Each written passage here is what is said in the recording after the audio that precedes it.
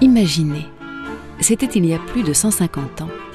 Le monde des colonies, avec ses bruits de bottes et ses coups de canon, n'existait pas encore.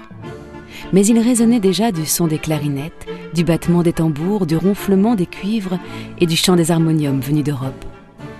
Un drôle de mélange en vérité, où l'odeur des frangipaniers s'invitait à l'heure du requiem.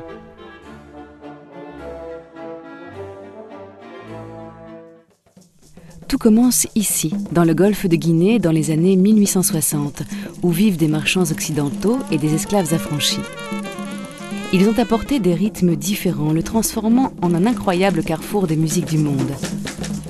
Chacun y va de son tempo et la musique voyage, bien souvent, très souvent, à dos de missionnaires.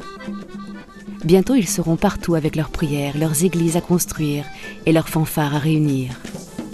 En un siècle de mission, les aventuriers du Seigneur auront joué de l'accordéon à Bornéo, du tambour à Zanzibar et de l'harmonium en veux-tu en voilà. Un siècle de mission pour faire découvrir au reste du monde qu'il existe autant de musique que de peuples. Les Chinois et leurs mandolines, les Papous et leurs coquillages, les serpents charmés et partout ailleurs, des musiciens endimanchés.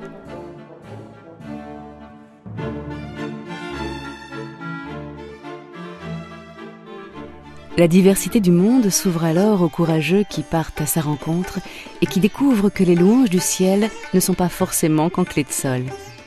La musique est un langage universel, mais avec ses nuances.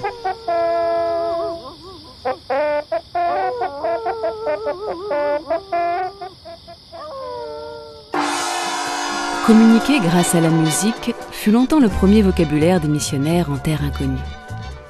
Cependant, ils firent tout pour en contrôler les codes, pour en imposer les accents et bien sûr les instruments.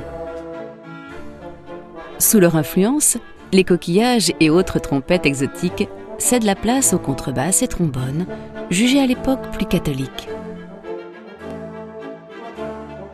Partout dans le monde se forment des orchestres occidentalisés qui mettent en sourdine les musiques traditionnelles.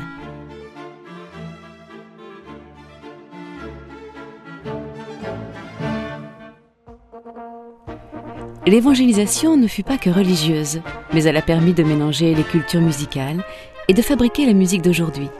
Le jazz, le rock ou le hip-hop ont su tirer de ce vaste mélange une autre façon d'être à l'unisson. À leur manière, les missionnaires d'autrefois ont participé à la création de la musique du monde d'aujourd'hui.